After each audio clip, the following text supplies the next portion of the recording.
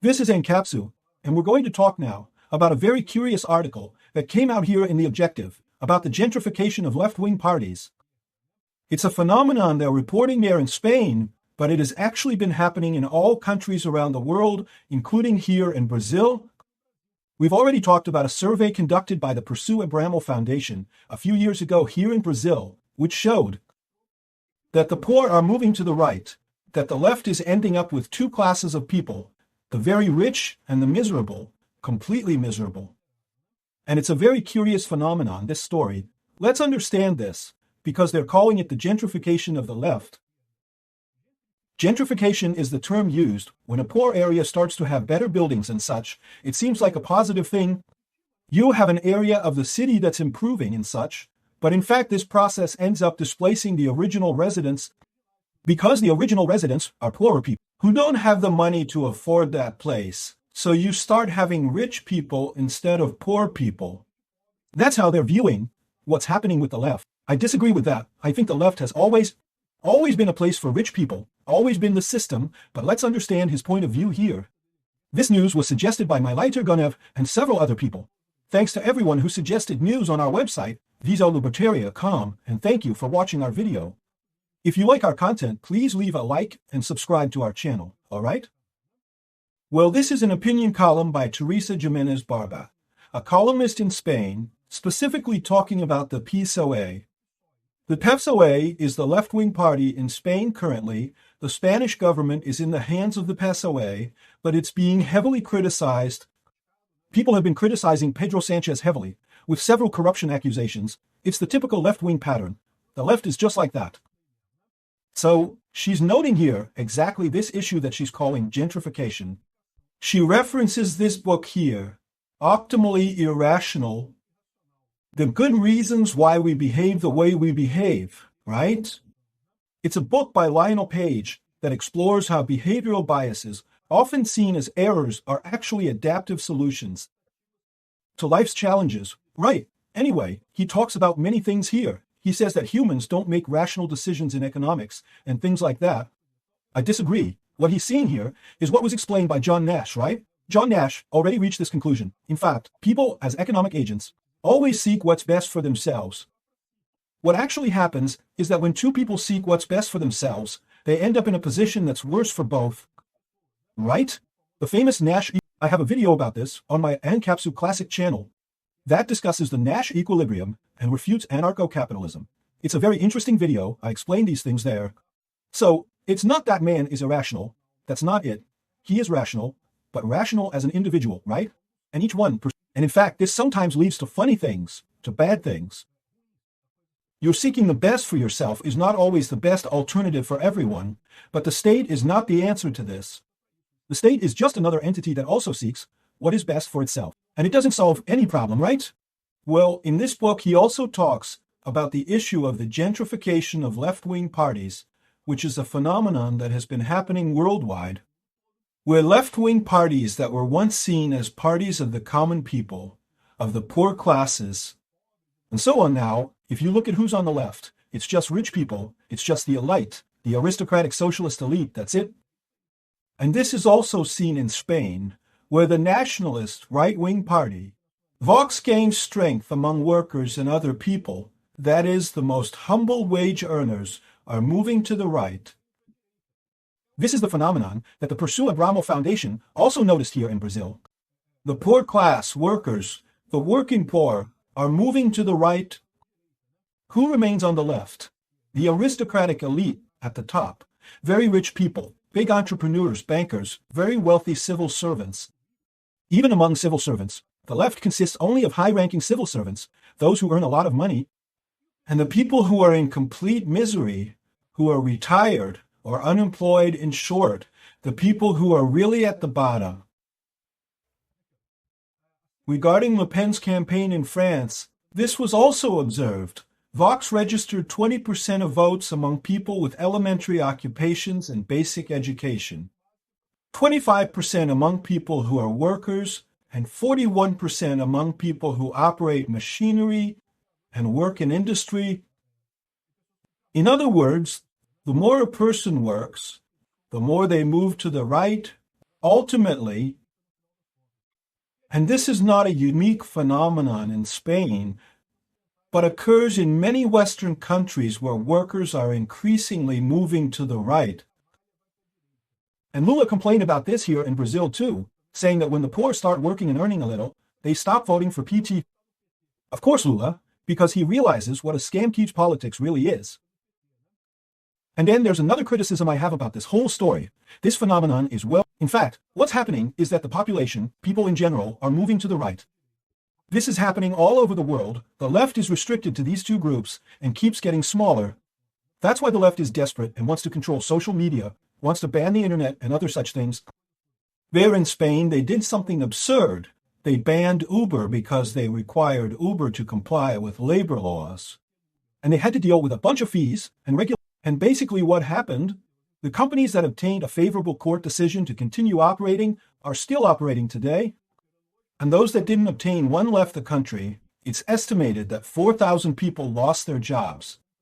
Because the companies left the country, in other words, they gained absolutely nothing from this effort to end precarious work. Look, precarious work is like this. If your job is really bad, if you don't like what you're doing, you quit and do something else. What kind of talk is that? Oh no, because the government is going to fight for my rights. The government is going to completely hurt you to fight for their rights. The government doesn't have its own interests. It has no interest in helping anyone in the end. Anyway, another criticism I have about this whole thing is how the left thinks gentrification is bad. Look, this is very common. We criticize gentrification, okay? And what is gentrification? Just the word gentrification, forget about left and right here. Gentrification is even explained here at the beginning of the article. The term gentrification, as we know, refers to the transformation of a deteriorated and modest urban space into a more affluent area. In other words, you start to have people who take over a bad area, for example. A classic case that is happening right now is the Bronx in the United States. The northernmost area of New York was an area full of gangs and such, super dangerous. Only poor people lived there. The Bronx was an example of a rough neighborhood. And there's an excessive gentrification process happening. Now apartments in the Bronx are way too expensive. Why? Because New York's population is growing, people have to live somewhere, they started buying apartments there. And that's what I don't understand. People criticize because poor people have to leave the Bronx and move to other more distant areas.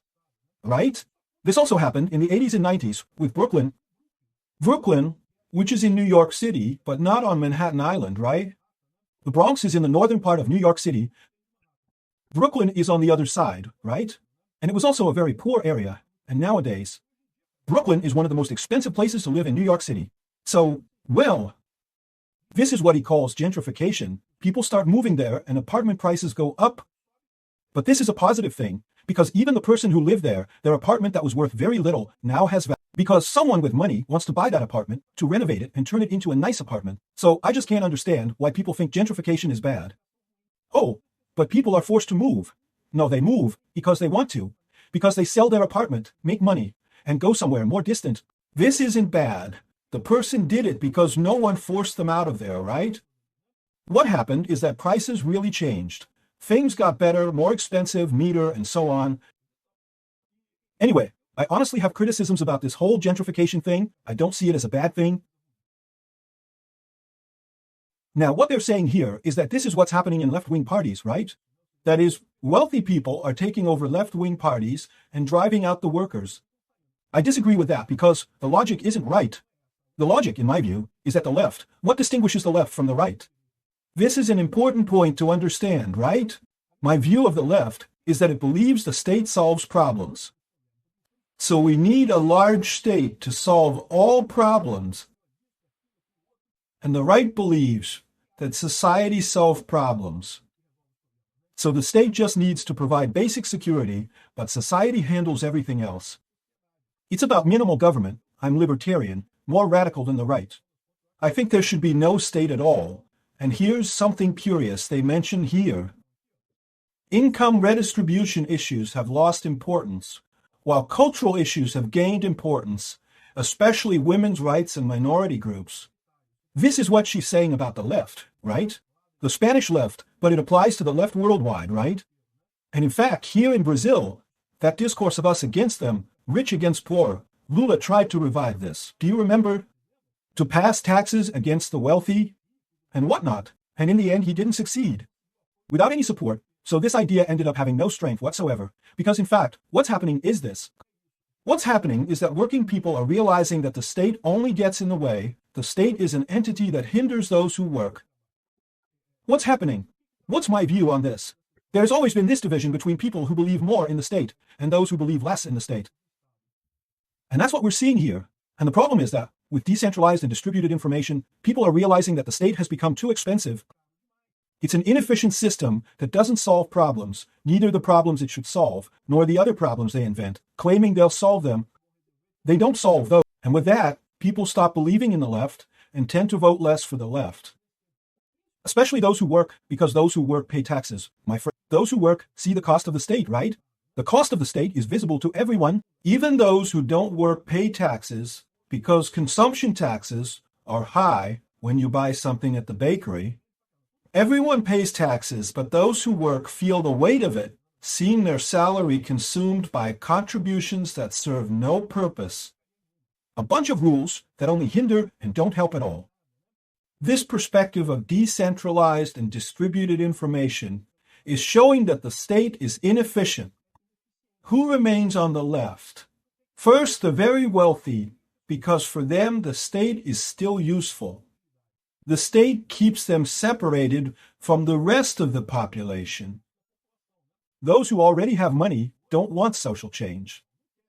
They don't want so-called social mobility. Of course not. Because if there's social mobility, those of us who are up here can fall. We want to stay up here. We want to keep our wealth.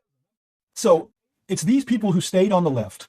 But the rest of society, the productive part of society, those who really contribute to society, begin to see that the better choice is the other side, having less government, having more freedom. So, although they're talking about gentrification and such, they don't provide an explanation for it. They just say it's a real issue. This is happening in all countries. In Europe and around the world, and here in Brazil this is also happening. The fact is that the left is aristocracy. The left has always been aristocracy, always. The whole point is that, until recently, this wasn't so visible to people. With decentralized and distributed information, with the drop in transaction costs, and with the ease of buying and selling more things without involving the government, people began to realize the enormous burden of the left and the government, and that's why the left is losing strength among those who work, right? That's it. I found the term gentrification of the left interesting. That's what's happening here in Brazil too.